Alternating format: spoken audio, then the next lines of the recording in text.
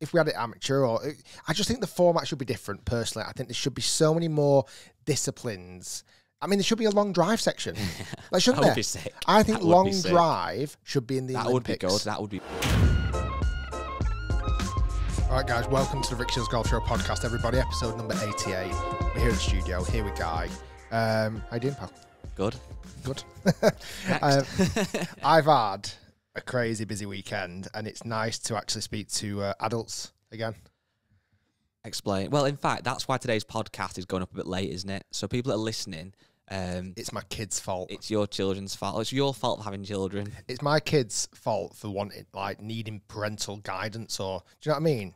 It's your wife's fault, actually. She left my them for the wife's weekend. fault, but I can't blame my wife. Yeah, so I was on daddy daycare. 4 days. 4 days. Friday, Saturday, Sunday, Monday.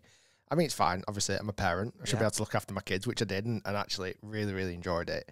While my wife went away with the girls on a big boozy weekend. Was it boozy? Very. Did she have a sore head when she came home? No, she actually, because she went like boozy Friday, boozy Saturday, spa Sunday, chilled Monday. So then she comes home to the kids feeling quite refreshed. And I just pass them over. You know what, though? I must admit, I crushed it. Why? What did you do? I just crushed it. I think the kids are much better when they're just with me. Do you reckon they can tell there's only one parent, they need to help you out a bit? Yes.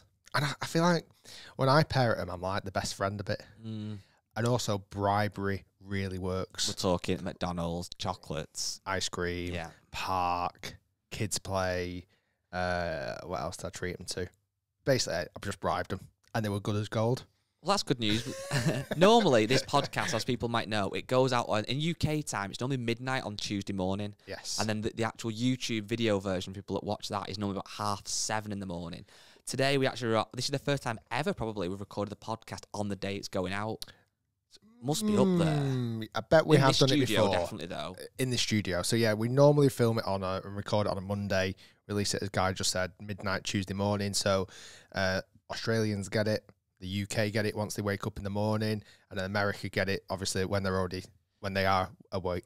Well, it's now 10:42. This is probably about an hour. So hopefully, I think this could be out audio-wise for like 12:30-ish. So hopefully, for people's drive home from work. Exactly. The good news, though, is we were actually going to record it last week before you were off, but I didn't think there was much to talk about. We had nothing to talk about. Absolutely nothing to say to you. We actually walked around the back end last week just not talking to each other because we'd run out of things to say. Saving every single thing for the podcast. But today, I've put a pretty good show together, Rick, and I know you have been doing some research on the Olympics, because that's a big topic, probably from the title of the podcast. We're going to talk about the Olympics and golf in the Olympics. Yeah. You don't know my thoughts on it yet, do you? I don't, and I'm quite interested to find out, because I know what you like. Yeah, I'm quite vanilla with things like this, but you don't. I'll sit on the fence a little bit. You sit on the fence and get all the praise. I'll put an opinion out there and get destroyed in the comments, and then quit the podcast for 2 days. Text you privately and say I'm really upset, and then by next Tuesday I'll be fine again. That's how it normally goes. Are we going on to that now? First thing, go on. Yes, we will in a second. But I've got a little weird stat for you that's kind of no relevance to anything whatsoever, but it surprised me. So a friend of mine in the golf industry, who I'm not going to name for some reasons, but I'm sure you'll be able to work it out after probably. He sent me a stat, and what amazed me is, right, I want you to answer this question in as quick as you can. Okay. Number one ball in golf. Titleist Pro V1. Okay, and that's the answer I was expecting, and that is the answer that most people would give, wouldn't they? It's you use the Pro V1. I know you've switched in and out of TaylorMades and bits and bats, and I use the Pro V1. I also know that Strixon Z-Star is as good. TaylorMade TP5 is as good. The Bridgestone balls I've done videos on it. Exactly. I've done videos on all of those golf balls you just mentioned. But what baffles me is I still always want to play a Pro V1 at the moment in time anyway. And I don't really know why it is. I think it's from growing up. It launched in the year 2000 and I was getting into golf, and it was the number one ball. Is this a new sponsor you've not told me about? No, because it's going to flip on it's going to flip on its head in a second. But their branding is very much geared towards that number one ball in golf. Very quickly before, I always remember this funny story. They're so conscious about number one golf ball in golf that all of their adverts will only ever be shot with a Titleist 1. So if you ever look round a Titleist advert, they're always Titleist 1. So subliminal messaging that they're number one ball. Are you bothered about the number on your ball when you play? Not really, no. I'm not. I think I was as a kid. I've probably been through I used to love Strata Zeros. Yes. And I used to love Stratas because they came out with a zero. Yeah. And then do you remember when, I'm going off topic here, let me come back to that Titleist story in a minute. But I remember when Titleist also, Strata came out with not the number on the golf ball, but a playing card. Heart, diamond. spades. I Yes. love that as well. But anyway, the funny story was Jordan Spieth, he did an advert for Under Armour. And really well shot, this big fancy commercial and everything else, right? And there was a particular close-up of him hitting driver. And the ball was teed up, and the ball on top of the tee, as people know, he uses a Titleist. It was a Titleist 4. And he hit the shot, and that was the advert and everything else. And the story being is Titleist was so unhappy with it, using the Titleist 4, they offered to pay for the whole shoot to be redone again, just so they could use a Titleist 1. Oh my word! And apparently it never materialised, and ended up going out as a Titleist 4. Oh my days! But anyway, so going back to that story, that's their big brand piece. They really want to push this message of number one ball in golf. So what are you going to tell us? So what I'm going to say to you is that, and this is stats I've been sent, and I've done a little bit of research to I think it's definitely correct. The actual numbers might be slightly off, but I believe it's correct. So the next Masters, which will be in April 2022, is the next major. Come Masters Sunday morning, obviously we don't know who the winner's going to be of the next Masters, clearly. Can't predict that. But come Masters Sunday morning... Mim Woolley. Yeah, that would be good. It will be 969 days since Titleist, the number one ball in golf, won a major. Ooh. How mad is that? So, when you look back at the major winners, obviously, this year, we've had Colin Morikawa, who people will know is a tailor-made ball. John Rahm. Callaway ball. Phil Mickelson. Callaway ball. Matsuyama. Shrixon. Yes. Last year, 2020, we won 3 majors. We had Bryson. Bridgestone. Morikawa. TaylorMade. Dustin. TaylorMade. And then the 2019 winners were Shane Lowry. Shrixon. Gary Woodland, who I think is... Wilson? Possibly. But basically, the last winner of a major with a Titleist ball was Koepka in 2019, and it was the USPGA, I believe. Wow. So when you think of that, I mean, that must be quite bad news for Titleist, that they've got the number one perceived ball in golf, but it'll be potentially come to 3 years since they won a major. So I'm guessing Titleist didn't send you this stat. No. I'll tell you what's a mad one, though, and we kind of saw it a little bit take place, is before Mickelson, the last Callaway player to win a major was ridiculous. Remember, we worked it out. Was it Danny Willett? Yeah, it was. No, it was. Was it not Molinari? Was he not Callaway at that point, 2018? No, it wasn't. Was he unbranded? Yeah. Yeah, so before Mickelson won, the last Callaway player, I believe so, to win a major was Danny Willett back in 2015? 16, I think he was he? Yeah. But you know what's mad, though, is... I know we talk about this a lot on like athletes and the tour pros and what they play, and does it impact what people buy? And you'd think on paper it should do. But if you ask that question, I've just asked you about who's number one ball in golf, to a room of 100 golfers, I bet most, not maybe not everybody, but most would say Titleist. But then when you look at it, they've not won a major for that long. Does it actually matter to people? People wouldn't know, would they? No. Just a little interesting start for you. Bit of a golf nerdy stat, but I thought I'd give it to you.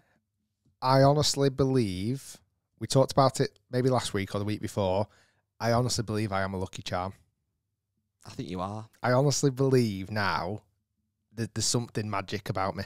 So, last time we mentioned this, Minwoo Lee had won the Scottish Open. Kind of really out of nowhere. Yeah. You know, considering we met him a few weeks before, did the reverse video at St Andrews with him. In Scotland. I like how it was in Scotland. Yeah. Like literally down the road from Renaissance. A couple of weeks later, he goes and wins the Scottish Open. I've talked about this before. When I caddied for Westwood, he went on a run after that incredible run. Tyrrell Hatton, I played with him before. Olivia Cowan. Yeah. So that was another video, which was mad because it was a shame we didn't release that before she won. So when I caddied for at the Aramco, she went on to win as a team, to win the biggest prize, one of the biggest prizes in ladies golf. And while I was at Aramco at Centurion, I also spent a little bit of time and got a selfie with Minjee Lee, who is Minwoo Lee's sister. And this weekend, she went out and posted a astonishing 64 in the final round to win her first ladies major tournament. It's mad because a lot of people think to win a major, it takes years of practice, of keeping your body in good shape, of maybe seeing a golf psychologist, of eating the right foods. All it takes is a selfie with Rick Shiels and you will win a major. That is literally it. That is mad. But how mad is a family? You've got one of the biggest events in world golf, I would say, a Rolex Series event that Min Woo Lee went on to win. Certainly on the European Tour, we can say it's one of the biggest events by far.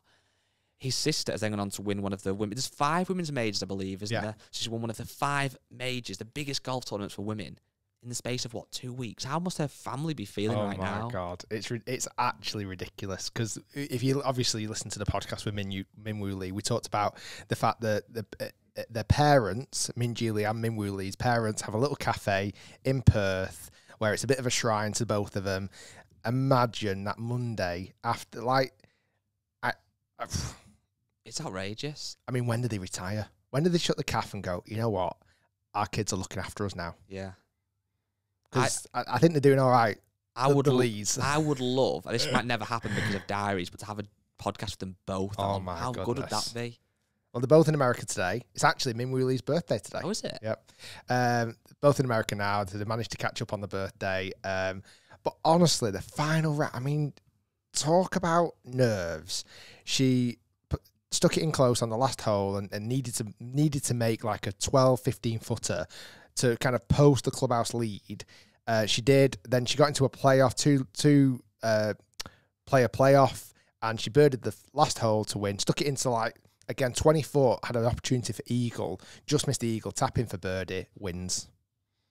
Unbelievable. I'm sure she was 6 or 7 shots behind at the start of the day. I think she was. I'm sure she was 7 under, and then the person that she went into playoff with was 1 under, I believe. So How do you have those nerves playing golf to be able to perform like that on the final day on the biggest stage in your sport? Joke. I literally, I think I said last week or the week before, if I was playing you for lunch, I get nervous knees.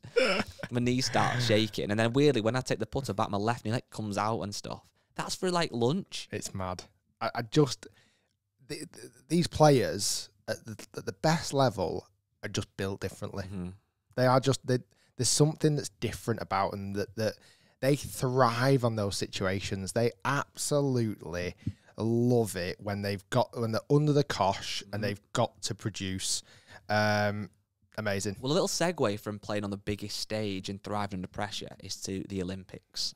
So I would think that most people would agree the Olympics for most sports are the absolute pinnacle. I've been loving it so far. I've not watched hardly any yet. And I didn't think I was going to do. Have you watched a lot? Loads. Actually kind of live or on catch-up? Well, obviously the time difference is quite challenging with Tokyo. But I mean, to be honest, the coverage has been astonishing. Mm.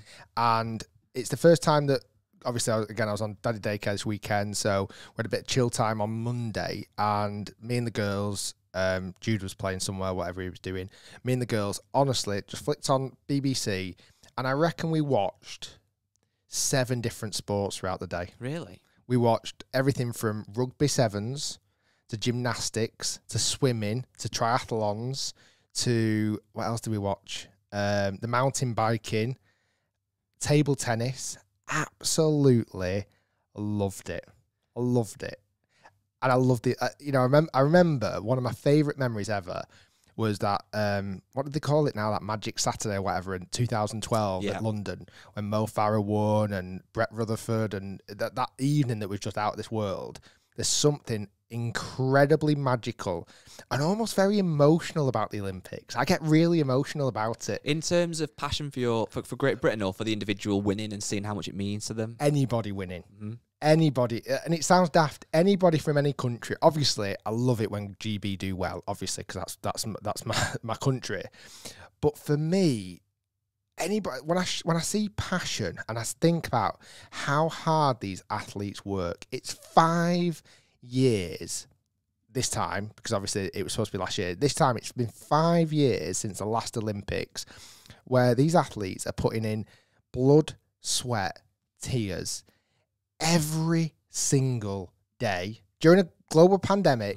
They're going out there and working their absolute socks off to become an Olympic champion.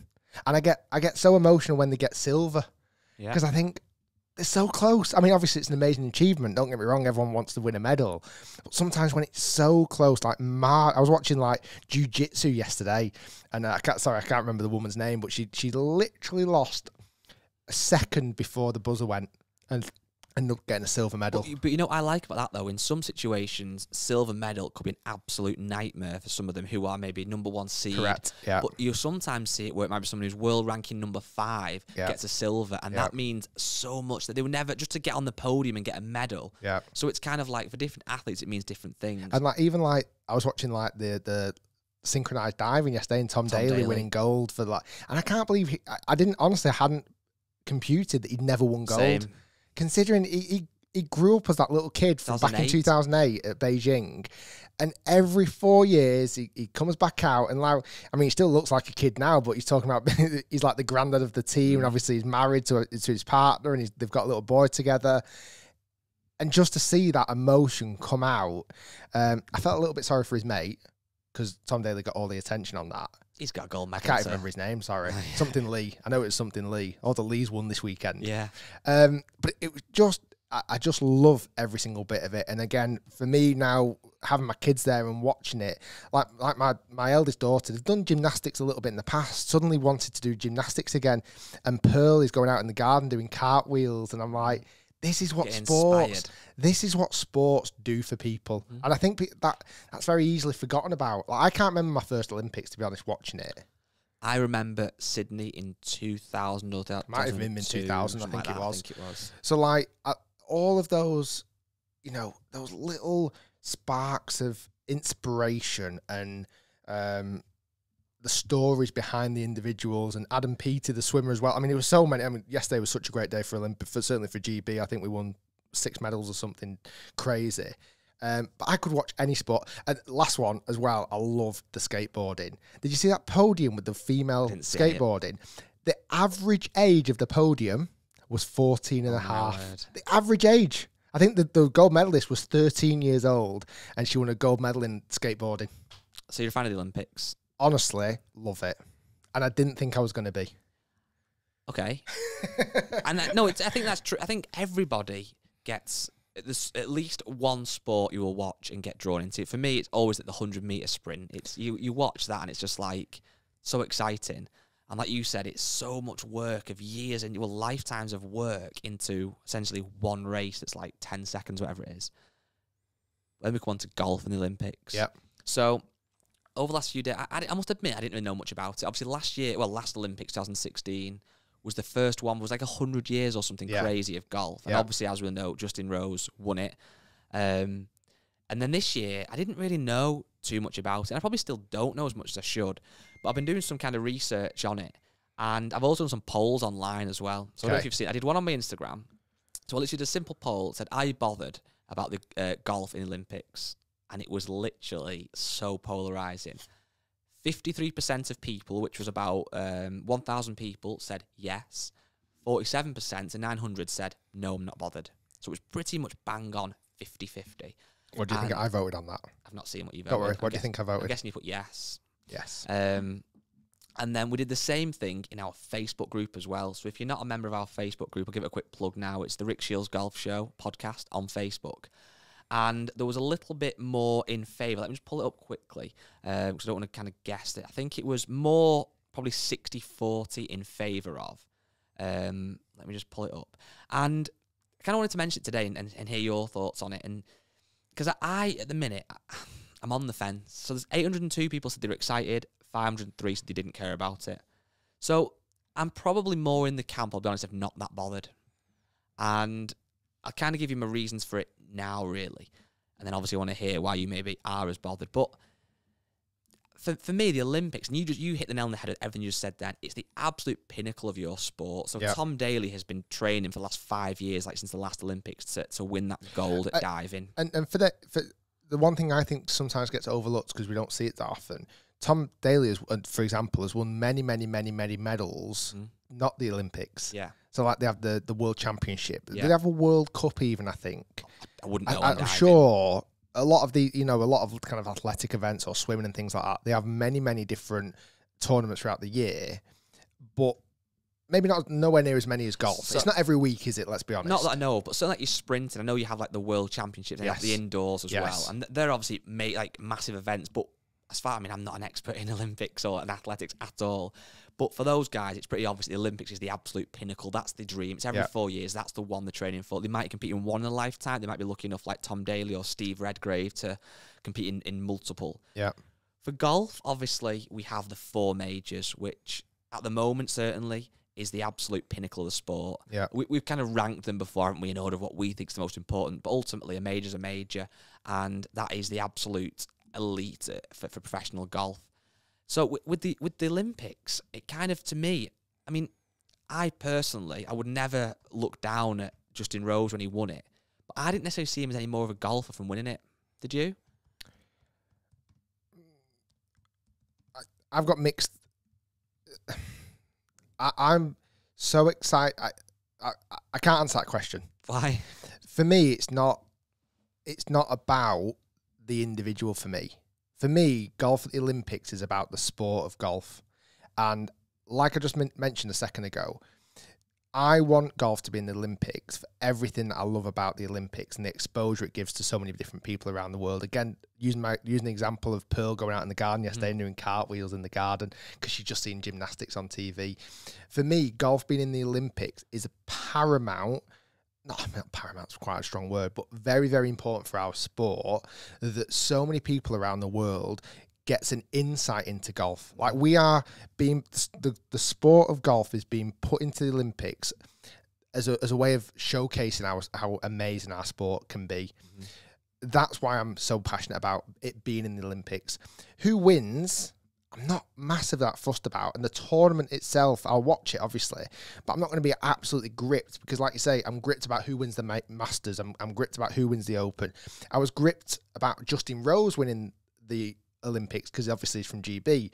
So, but let's say Henrik Stenson won the gold last time. I think he got silver or bronze. And I think Matt Kuchar got silver or bronze. I can't remember the order. I might not have been that bothered about the individual winning. I was very bothered this time because Justin Rose won it, and I thought it was amazing the way he showcased it, and he was a great ambassador for the sport. So that's kind of why I'm so unbelievably passionate about it being in the Olympics more than anything. So for you, it's not so much about who actually wins, who places, it's more about the sport being showcased. Correct. For me, I love the fact that you've got back-to-back weeks. I would love it to be a little bit mixed, or I wouldn't mind a different format. I think it could, one format that I think would be amazing if it was like doubles match play or individual match play or something that it's not just a 72-hole tournament that we're going to get. That's the only thing that I wish they could have done differently. But I understand there's time restrictions and things like that do take time. And when you do a match play event, you've got to really condense it. But I would love to see it where we do mixed doubles, go out and play mixed doubles as a format where you've got like, not speed golf, but like a 6-hole shootout that wins a gold medal. Like swimming, have so many different disciplines, or even relay. I mean, why could you not do relay in golf? Like, why could you not do the first 6 holes, or the first, if you had 4 people, 4 people, what would that be? You couldn't do it with 4 people, could you? Because 18 is not divided by 4. That would cheapen the sport, though, and it would not be authentic to what actually golf is. I still do this. I still do the 72-hole tournament. That would be one category, but I think there should be many more golds up for offer, like more medals available for golfers. Because imagine if after the Olympics we suddenly had 10 golfers that had medals. It'd be more than that. 10 golfers that had gold medals, and then 60 golfers that had, maybe would not be 60, 30 golfers that would have come out of the Olympics with medals. That would be really good. And it's totally different to what we normally get. Because after a normal golf tournament, you get one winner. That's it. You almost don't remember who even second place is, third place. But if we could have golfers walking around and going to events with the medals, I just think that could be really exciting for the world of golf. So I think I agree. Well, I do agree with you when you're saying about how golf is on a global stage in the Olympics, and obviously it could inspire youngsters to maybe play a game they would never have dreamt of, or at least watch it and understand it and have some level of interest in it. And I think most people listening or watching would agree with that, because how can you not want the sport you love or enjoy to be seen by more people? I think most people would want that. Take that away for 1 second, because I think we can all agree that's a good thing. I've also got one other take as well. I think the formats being different or shorter would get more people watching. Because again, I could just stick on the TV yesterday and I could watch the final of table tennis for 10 minutes and I know the winner. I know, but should your sport change for the Olympics though? Because all the other sports are that sport, aren't they? Again, I'd still have this, but I know golf isn't going to be aired at the Olympics that much. It's going to be a mention at the end of a highlights reel. Oh yeah, by the way, such a body won the golf. If it's nobody big name, if Rory wins it or, you know, Tommy wins it or someone like that, yeah, it's going to be a big story. But I think if not a big name wins it, it's just going to fiddle out. Yeah. Nobody's going to talk about it. So if you just part for, let's say then, we're happy that it's in the Olympics in the sense that it's obviously going to get more people seeing it. Yeah. And again, I completely agree with that. In terms of what we have got then, we've got a 72-hole tournament. There's no cut, apparently. How do you honestly feel about that? Are you excited about the golf? Are you excited about who wins or not? I would love it, obviously, if a big name wins it. And it sounds daft that. Obviously, I would love Paul Casey or Tommy Fleetwood to win it because they're from GB. But for me, and it sounds really...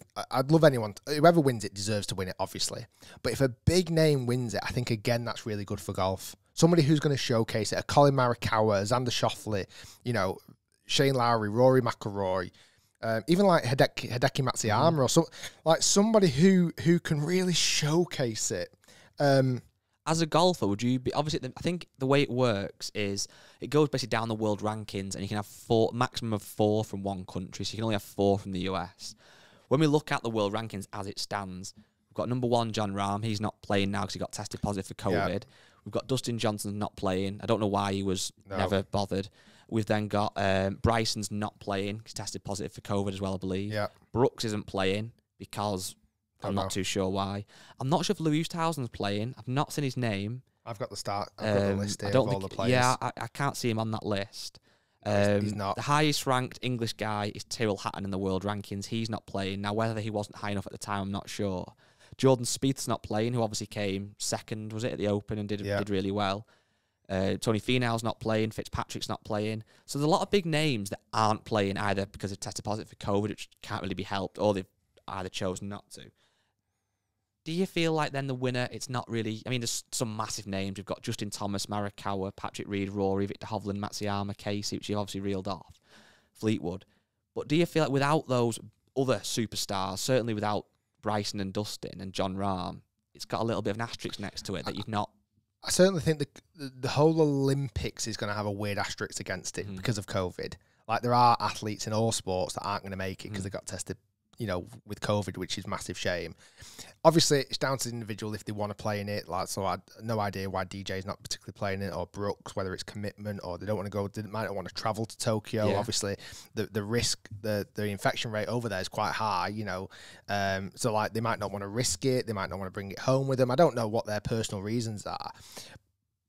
You know, so I don't think whether there's an asterisk next to it. But again, it sounds like I'm not that bothered who wins. Personally, I'm not that bothered who wins it as long as it's a big name. Is that a bad thing then? But I'm not looking at I'm looking at it as a showcase of golf. Like, I'm not. But that's what I'm trying to get at. Though we've kind of agreed on that. That's great, and let's just put that to one side. We definitely know that's good for golf. But as a golf fan, which you are, and a very hardcore golf fan, really, you work in the industry. Should you not be more excited for the result of the Olympics? That's what I'm trying to get at. I'm trying to kind of get to the bottom of it, because it might sound like I'm negative, and I'm not. I'm on the fence with it. But what I'm trying to, in my own mind, work out is I'm not that excited to watch it, and I feel like I should be, and I feel guilty for not being. But in a weird way, like, I don't always mind who wins the Open. I don't mind who wins the Masters. But you're excited to watch it. I am. I'm not excited about particularly watching this for maybe a couple of reasons. One, the golf course I have no idea about, literally no idea. And I just know it's not going to particularly get the airtime. There's no crowd there, and it's not going to be a real exciting event. Like, you can watch the 100 meters in 10 seconds, it's done, and the whole build up and everything's exciting. But we know golf isn't that exciting to watch as a spectator sport sometimes. I think that's just what feels a shame though, because like, imagine if you, I don't know, if you were into your sprinting or into your swimming or whatever, and you go to a sprint club or a swimming club, you'd imagine, I might be talking nonsense here, but you'd imagine that on that day when that sport's on, you're sitting down to watch it and you can't wait. It almost feels bad as golfers, and I know we don't watch the PGA Tour every week, but as, you know, keen golfers who watch the majors with real interest, that we're not that fussed about watching the Olympics. The one thing that I was trying to work out before, and I think I may have found the answer, are the golfers the wealthiest athletes at the Olympics? Ooh. Like, can you name? I'm not just. I don't really know that many of the 100-meter sprinters now. But for example, without googling, who do you think? And this is only Google.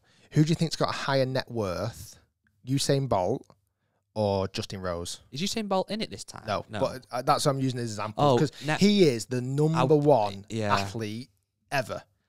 I would say, well, through actual sport, I imagine Rose has won more, but I imagine through endorsements, I'd say Usain Bolt. Yeah, I'm only looking at net worth. I'd say Usain Bolt. Net worth, apparently, Justin Rose is worth more.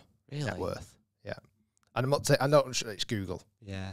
Net worth of me on Google doesn't quite say what it is, but that's kind of what it's saying. But like, let's say, I'm trying to think of another, like Phelps, like Michael Phelps, like one of the most decorated sport, swimmers in the world. Like his net worth, he's doing pretty well actually. I think I imagine none of the sports probably pay as well as golf does. But I'd say endorsements for the big names. And that's the other thing. Like, I don't know how I think about this. Should it be professional golfers playing in it? So I think I'll Google this today. I think the only amateur sports now, I think wrestling's still amateur, and then there's boxing, but I think boxing's also got some pro bits in it as well, so I'm not fully sure. I know boxing always was amateur, which I did the head guards, and Anthony Joshua came from 2012, and that's, you hear about it in the boxing circles and stuff, that the Olympics is a massive thing for amateur fighters, then often they'll turn pro and obviously hopefully make a great career from it. That's one thing I would love if the golf was amateur, because at the minute, like I said, you've got some massive names playing, of course you have. We also got some massive names who aren't playing. But if the Olympics was amateur for golf, it would firstly still have golf on the showcase for all those millions of people watching who don't know about golf, maybe. But for your actual golfers, it would introduce you to a list of players who you might have never heard of unless you're seriously into the amateur game, elite amateur game, who then may go on to win or get placed or be on the podium, who then may decide to turn pro, who you then feel like you know a bit. So when they then play in the Open or a PGA Tour event or a European Tour event, and it's Joe Bloggs who won bronze at Olympics, that would be so much more you'd know their journey to being pro, I guess. Yeah. And it would mean, I imagine it would mean so much more for their calendar to have it every 4 years. It's massive amateur event. I think if you won gold, you get access to all the majors the following year. That would be sick. Do you know what I mean? Yeah, that's what you could do. You could turn up you have to play with your medal on. Yeah. But I think that's where you can have more fun with the formats. Like you mentioned before, should we change? But four rounds, 72 holes. It's just a format golfers come up with for the Olympics. If we had it amateur, I just think the format should be different. Personally, I think there should be so many more disciplines. I mean, there should be a long drive section. Like, shouldn't there? That would be sick. I think long drive should be in the Olympics. That would be good. That would be very good. Like, because that is a sport that so many people would just flick on the TV and go, "What the hell's this? Yeah. Oh my God, they're hitting it 500 yards." Yeah. Like, I think I agree. Things like that is where you could be a little bit more adventurous with golf. And like I say, we've got our toe in the door in the Olympics right now. If to kick that open and to get more disciplines going in there, I think that is how it's like. I'd love to see in the next 20 years, golf in the Olympics isn't just what we see now: 4 rounds, 72 holes, some of the best players in the world. It would be better if it was so different. Like there was like a week's worth of like incredible golf. Do you know what I mean? Yeah. No, as I said, I'm going to try my best to watch. Well, we'll watch at least the highlights of it and really try and get into it. It's just that for me, like, again, if Tommy wins it, I would be happy because I rate Tommy Fleetwood. I think he seems like a nice guy, and I've kind of briefly seen him with you or whatever. But I kind of wouldn't look at him I wouldn't look at it obviously badly. He won an Olympics. But if he won that, in my mind, it's like a PGA Tour event. It's serious. It's like you've beat some elite golfers, but you've not won a major. And I'd like it to be more seen on that pedestal of a major, but I don't know how it ever will be.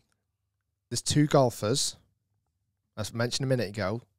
I'd love a big name to win. Mm-hmm. I'd love Tommy Fleetwood or Paul Casey to win because I'm from GB. However, there's 2 golfers that I would love Victor Hovland. to see win. No? Nope, not Victor Hovland. I would love to see him win, don't get me wrong. For me, obviously, if you're a betting person, by the way, definitely put money on Victor and Van Dam for the ladies, Tommy with film with. Just bet on people that I've been in presence with. Yes. Do you know what I mean? I think that chance they're going to do well. Yeah, exactly. Min Woo Lee's not playing this time. There's two golfers. Yeah, I don't know. I would love to see win, and maybe it means more to these two golfers than anybody else in the field, bar none. I've honestly got no. I feel like I'm going to say for some reason Cameron Smith, but I've got no idea who you're going to say. So this is a crazy one. Okay, go on. There's two South Korean golfers playing in the Olympics. Right. Sun Jae Im and Si Woo Kim. Yeah. Okay. Do you know the story about this? No. In South Korea, it's mandatory. You have to do 2 years in national military training. You have to do it. There's no excuses. So you have to go home and do 2 years of training in the military. It's part of the... I do know what you're getting onto now. You told me this before, yeah. The only way to get out of this military service is if they pick up an Olympic medal. I'm not sure if that's gold only. I don't think it's gold. But if they win a medal at the Olympics, they don't have to do 2 years of mandatory military service. That's mad. How mad is that? So they'll be hoping they win, I guess. You know, there's nobody teeing it up on that whenever it's going to start. Is it Thursday this week? Mm-hmm. There's nobody teeing it up that has more reason to win it. Is there really? No, it's fair dues. So, Sun Jae Im and Si Woo Kim, unless they want to do military service, good luck. Hopefully you pick up a medal. This is my perfect format. Tommy Fleetwood gets gold. Yeah. And then between bronze and silver, Sun Jae Im and Si Woo Kim. Fair enough. Everyone wins then. Lovely story. Part of the military in South Korea, 2 men down. I'm sure they've got more. But yeah, I think it's a see what happens. I will be interested for people that are people that are listening to the podcast. Feel free to email us. It's podcast@richshiels.com and let us know your thoughts or put them on the Facebook group. People that are watching on YouTube, let's get some comments down below and we can obviously engage and reply to some and stuff because, again, you feel positive about the Olympics, which is great. I'm kind of on the fence. I definitely understand how it's going to be great for the sport. I just don't feel excited from actually a viewer standpoint, which I kind of wish I was. But let's see. I just hope it gets the airtime it deserves. You're right. It's down to who wins. Yeah. But anyway, cool. That was good. That was quite... You got quite passionate about that. I like it. I do really love the Olympics. Yeah. And I think it's more... That's what I love more than maybe the actual watching golf. Fair dues. I've got some emails this week. We've had some time to actually digest. We've had so many emails recently, which is awesome. And last couple of episodes, we haven't really gone through many of them. So I've got a stupid golf rule, but it's one that normally the stupid golf rules, we sit here and we start getting raged by them because they're so stupid. This week's kind of is, but it's also got a different angle I want to hear your take on. So it says, it's from Sean, I think I can say his name. Hey guys, big fan from the States, and just had a stupid golf rule pop up while I was on a vacation last week. He then put in brackets holiday, which is quite cool because obviously he's American, so let us know what our vacation means. I took a trip with my family and decided last minute to play a round with my brother. We didn't have clubs and needed to borrow some at the golf course. The pro shop told us they had clubs and we could rent them. But when we got there, they said there was only one set. Okay. But they required everyone to have their own set, so we couldn't play. Okay. Even though we were sharing a cart and we'd be driving to each other's ball regardless. Luckily, we talked them into letting us play. But what a terrible rule that was, trying to get people into golf. Imagine bringing a friend out to play for the first time with a plan to borrow your clubs, only to be told they can't play because they don't have their own. I can't imagine a quicker way to turn people off the game. Basically wanted to hear your take on it. So, just briefly, I thought on that at the start, that would be ridiculous. If you've got 2 guests coming to the golf club who want to rent clubs and you've only got 1 set in stock, to turn them away would make no sense. They're showing a buggy, it's not the end of the world.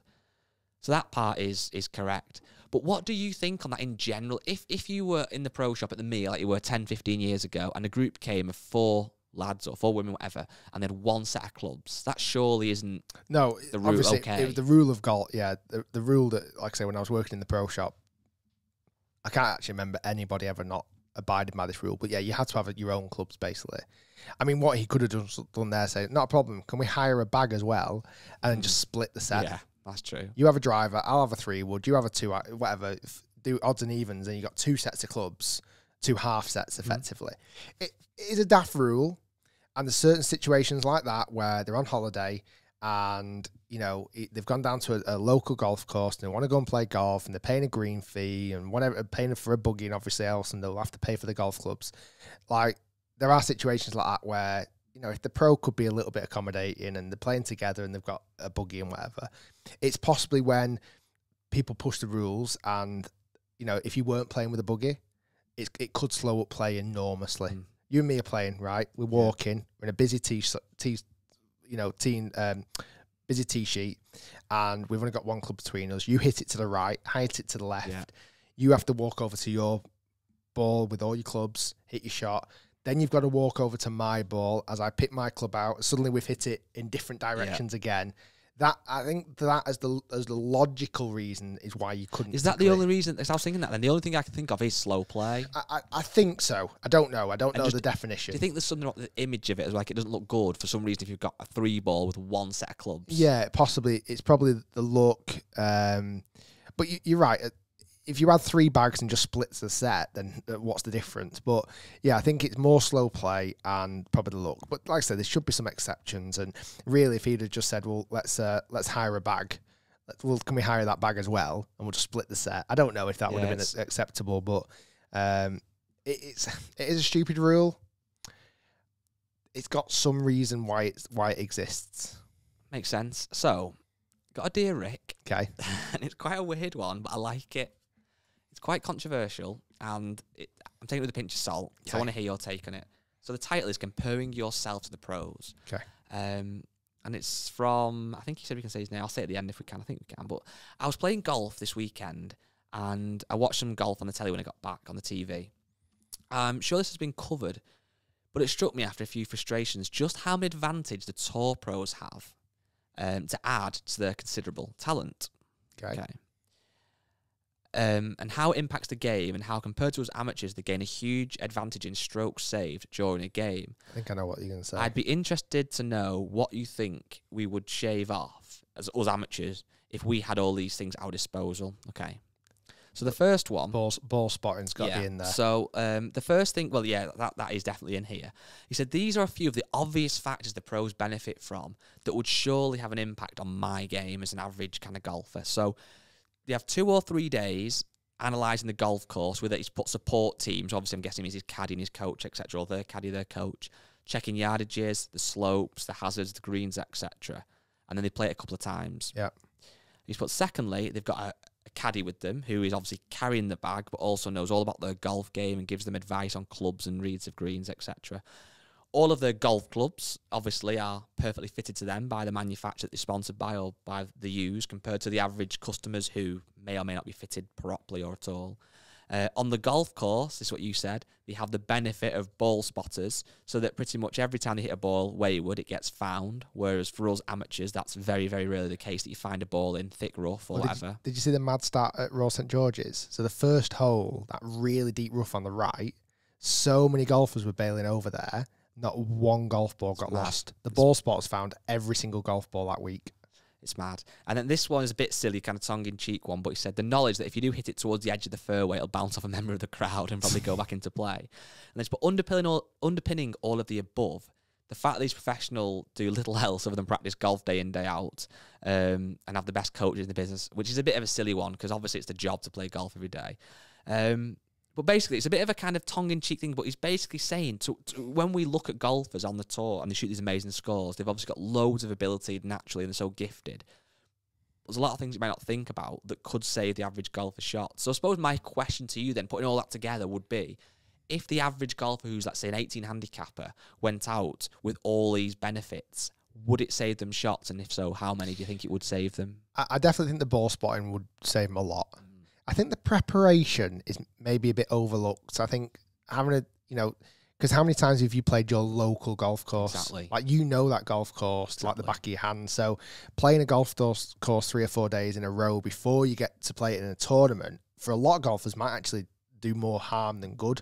Like, they might tire them out. They might develop bad shots. They might do something that would actually affect their golf in a negative capacity. Obviously, things like club fittings and all day to practice. Again, how many average golfers can practice all day? I honestly think people get worse. I remember seeing people go to the driving range and buy like 150 golf balls, the biggest bucket they can find, thinking I'm going to do a proper grind session. And either one, quitting halfway because 150 golf balls is hard to hit. So many. Or start by hitting it well and hit the last ones terribly. Tired swings, bored, laziness, faults creeping, etc. So I think for that capacity, I don't actually think that many people would get better. Talked about fitting. Obviously, going out on tour, you get all the benefit of having a tour fitter majority of the time. But again, a lot of people can get fitted. You know, a lot of people can go to a range and get fit and everything else. I understand that would be a benefit if you're hitting off grass. And I mean, some of the best players in the world even have that tour rep walking around with them as they play. Yeah. So they might have 3 or 4 drivers and they can actually fit them as they're playing golf in a practice round. That would be an awesome benefit. Obviously, have the coach with them all the time. Again, I can see that as a benefit. So long story short, I think there would be 2 things that would make the biggest difference. Not losing a golf ball pretty much ever. Yeah. Unless you hit it out of bounds or in a water hazard. Yeah. So I think if you were hitting it towards long rough, you wouldn't really lose it. Question though, true, but then they'd have to play out that long rough. Yeah. And for the average golfer, would they have the skill set required if it's thick rough that would lose a ball to actually get it out? Possibly. So it might actually, and whereas if you lost a ball, went 3 off the tee, and you're now in the fairway, but if you find it in that horrible long rough, first thing it's like a bit of an air shot where you catch rough. Possibly. So it might actually not. It shouldn't, on theory, save shots, but would it? And I think this is a big one, but I think you need time to get comfortable with it. I do think a caddy could help a lot of golfers. So we did a video with Steve Brotherhood, who has a company that's like Tour Pro Caddies, where you can actually hire a caddy for a day. And I do think that would be a benefit. But I think a lot of average golfers, if they've never, ever had a caddy before, they'd actually feel quite intimidated about it. Yeah. You know, somebody watching every shot you hit. And almost, I can imagine a lot of average golfers hitting a bad shot and like apologising to the caddy. They would. I'm really sorry, I didn't mean to hit that. And, you know, it wasn't your fault. So I think a caddy over time, if you had somebody a lot, and it's somebody that really started to get you know your game and you felt comfortable with them, I do think that would be a benefit for a lot of golfers, because they would just it's that voice of reason when sometimes you need it. Yeah. It's that little confidence boost just when you need it. So, you know, you make double on the first and suddenly you're left in your own thoughts and you're thinking, oh my God, I've made double on the first. I'm gonna make, you know, another double next hole. This is gonna be the worst round of golf I've ever had. Where if you had a caddy there just going, oh, don't worry about that. We've got 17 holes left to go. Come on. Well, let's make birdie on this next one. You love this hole, this next hole. I mean, ideally, you want to train yourself to talk like that yourself anyway.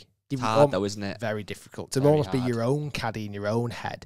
But if you had somebody there that kind of give you a little... And I think that's why, let's say, Rory has like Harry Diamond on the back, because it's just a mate. I think people, certainly with Harry Diamond, people underestimate that. They think that he's not a professional caddy as such. It's his best mate from home, who I think is a +4 or 5 golfer. He's a class golfer. Who's like won Northern Ireland championships. He's a serious golfer.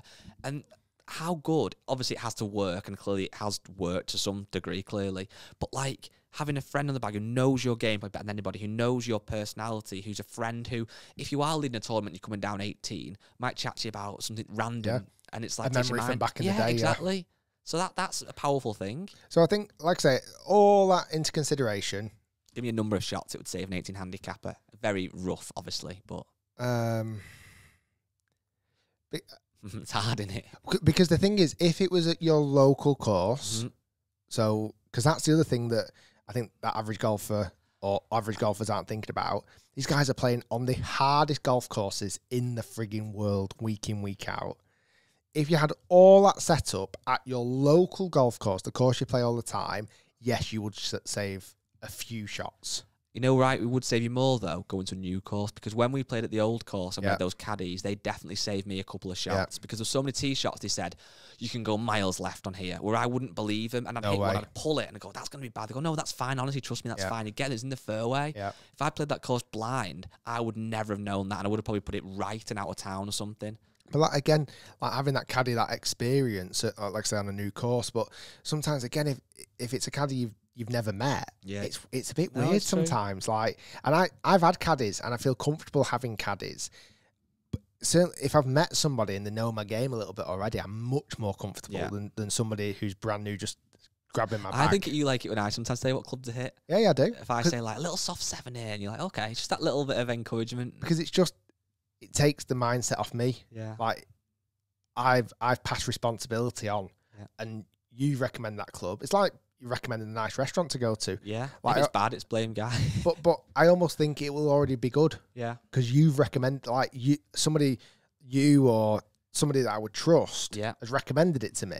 So it's a great point, and I understand where he's coming from. But I think there's a lot. I think the other thing, last thing he's got to think about is that. So all those positives, I'm going to throw in a few negatives. Go on. The average golfer doesn't play in front of hundreds of people. Yeah.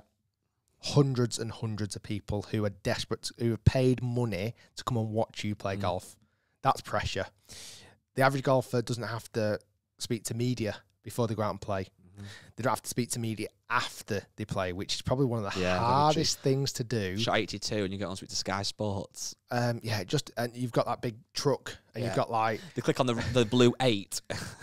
You got an 8 on this par 4. Well, we're out of town on the right, and I couldn't find my ball, and I pinned it near the green. So Cheers, Rick. Thanks for the interview. And they're showing you highlights. Yeah. So explain this shot to me when you shanked it. That's what's known as a hosel rocket. So I think, and like, again, even when you're just on the driving range hitting golf shots, again, it looks fantastic, but sometimes that turf is so tight and hard to hit off. And again, you've got hundreds of people behind you watching you practice, watching every single shot you hit. And then around the putting green, you just want to hit a few putts before you go and play. You've got hundreds of people watching every single putt that you hit. And then you get to the 18th hole, and you come in tied 12th, so you're not doing you're doing well, but you're not going to win. But then you've got a putt that's 6-footer that if you miss it, it's going to cost you 30 grand. Exactly. You're thinking, that's pressure. Exactly. Yeah. So there's lots of pros for playing in that situation, but you can't bring out all the pros if you don't bring in the other section of things. And also, if you're unsure, go and watch the video we did with James Robinson where he played with a package set that cost 70 quid and still absolutely destroyed the golf course. Yeah. So, Rick, we've done about 50 minutes. We've got a little 10 minutes left to go. We're still having this issue with Apple Podcasts for some annoying reason. When they're over an hour, it doesn't like it. So we're trying to keep them roughly an hour.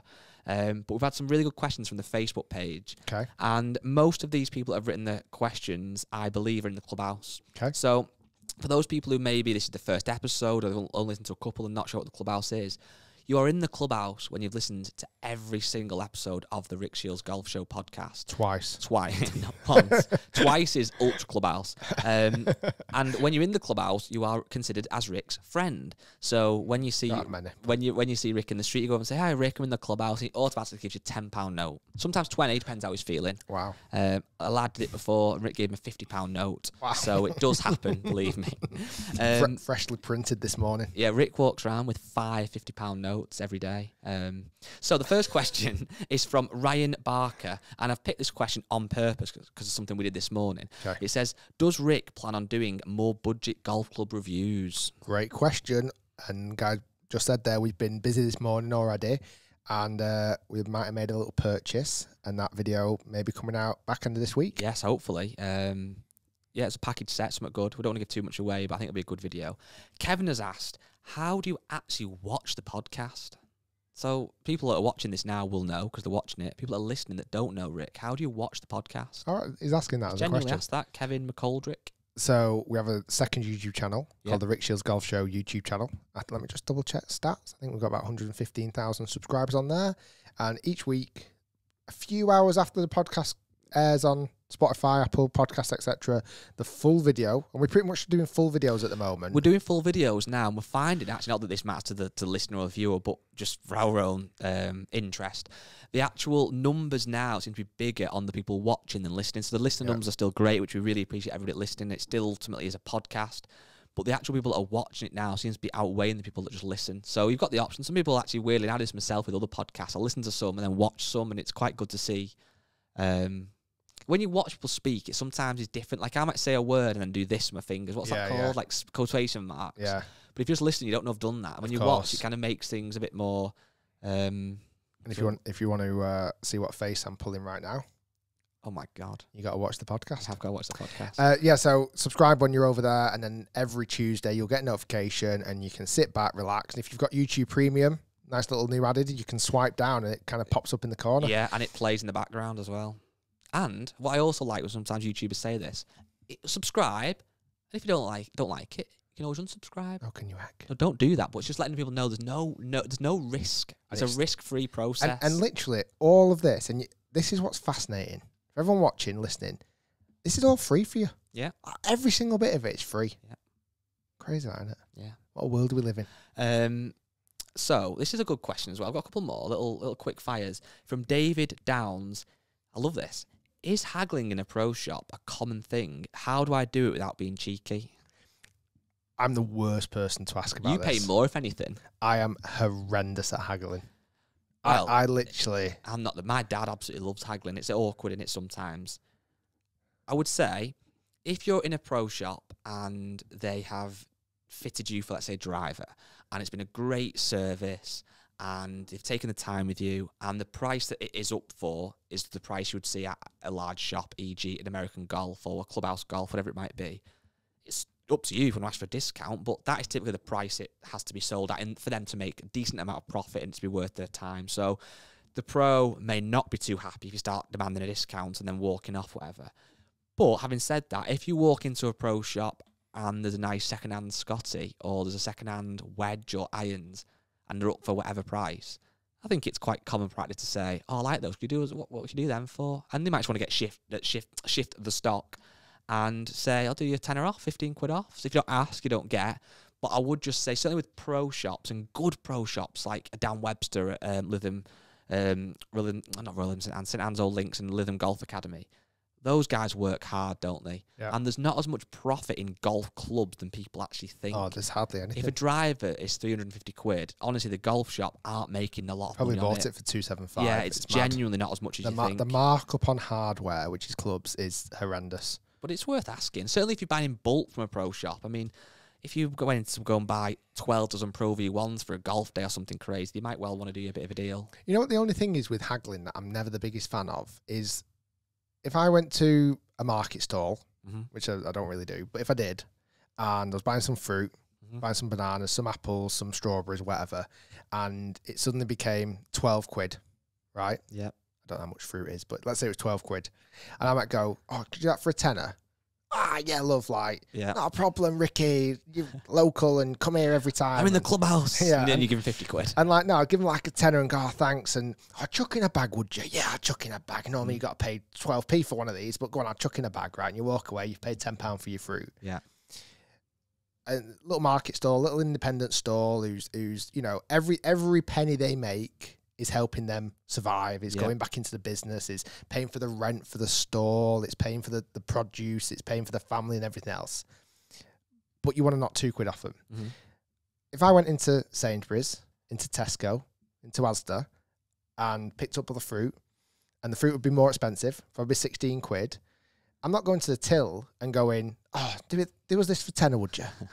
Because they look at you like... Well, last time you tried that in Sainsbury's near you, they looked at you well weird, didn't they? It's Rick Shiels again. Have you seen his face? He's got £12 worth of bananas. I've got 115,000 subscribers on my second channel. But like, I'd go in, like, you're never going to haggle at a supermarket, really, because it doesn't happen. They're not going to say, "Oh yeah, not a problem. It's £16. You pay £16. It's more expensive." And I think that's the one thing. Like, if you went into a American Golf here in the UK, you wouldn't really haggle. They used to, though. Not so much anymore. Because it's a big shop. Yeah. I'm doing quotation marks for people listening. It's a big shop. I'm trying to think of the PGA Superstore in America. Yeah. You wouldn't go in and like haggle there because it's a big shop. But like someone like Stacked Golf, who have a YouTube channel, I've got back into them really loads at the moment. They'll go to like, they call them like thrift shops. Like a charity shop, thrift shop over in America. And it's all about haggling. Yeah. It's all about haggling. And even like tactics. I was watching a video the other day, and they were walking down this driveway, and there was a tour bag on the right hand side. If you've not checked out Stack Golf, a couple, can't remember the names. No, I can't. A couple who go around America. I'm really sorry, I forgot your names. They go around America and they'll pick up little bargain clubs and they'll test them, and it's I really like it. It's just a nice little chilled vibe. And they're walking down the driveway, and there was a bag on the right hand side, a tour bag, and they got dead excited. And I remember him saying to his missus, going, shh, just don't act too excited.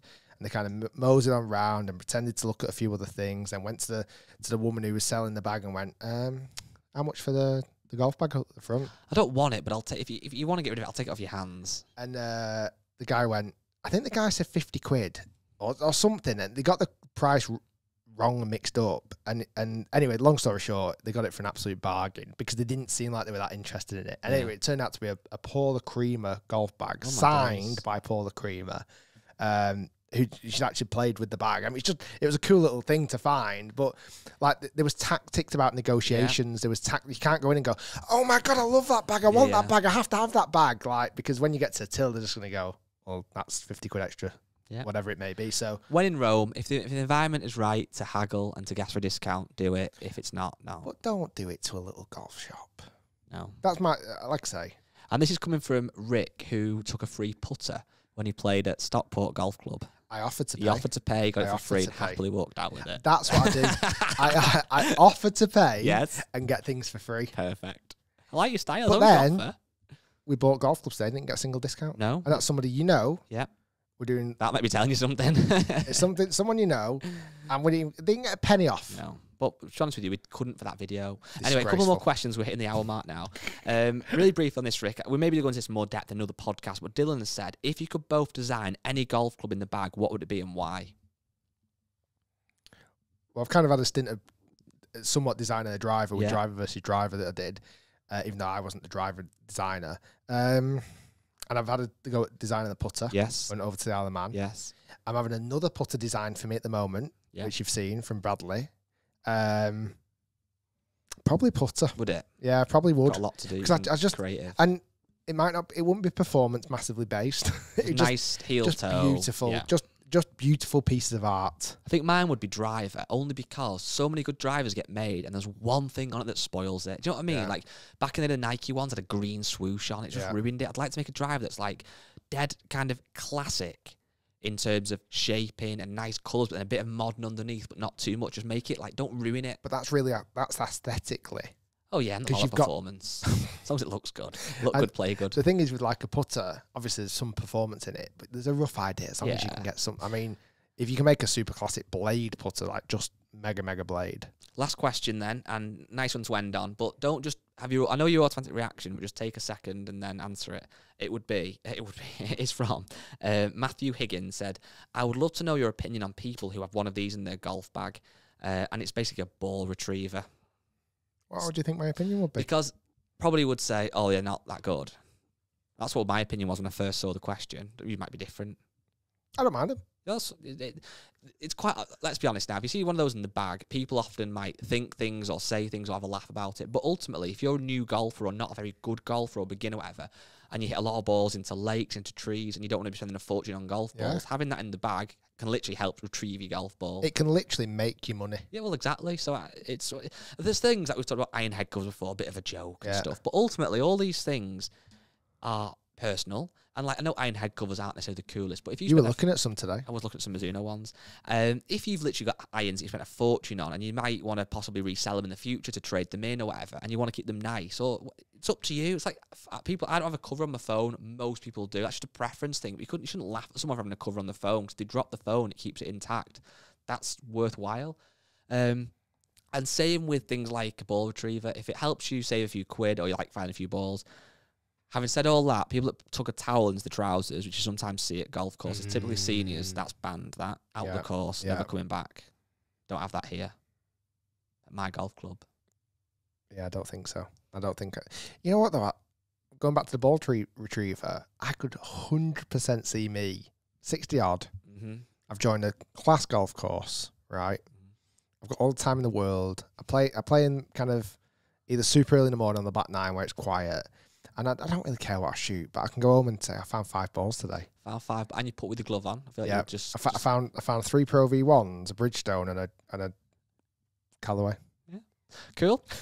On that note, that was a decent podcast. That was a terrible pick of golf balls. I could have said like I found a Volvic. I found like a Strata. You stumbled under pressure then. But yeah, I could imagine myself doing that in the future. Guys, thanks for listening to episode 88.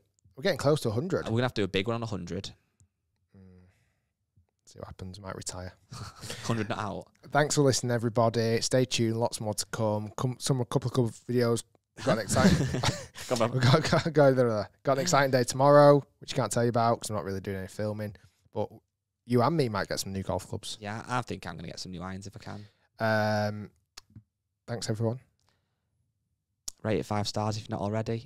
Just whatever. Don't call me a ferret face, please. Oh, you like that? I do like ferret face. He's actually looking for a ferret head cover at the moment. I really am. Send me one if you've got one. Anyone will let me know where to buy one. Right. Peace out, everyone. See ya. See ya.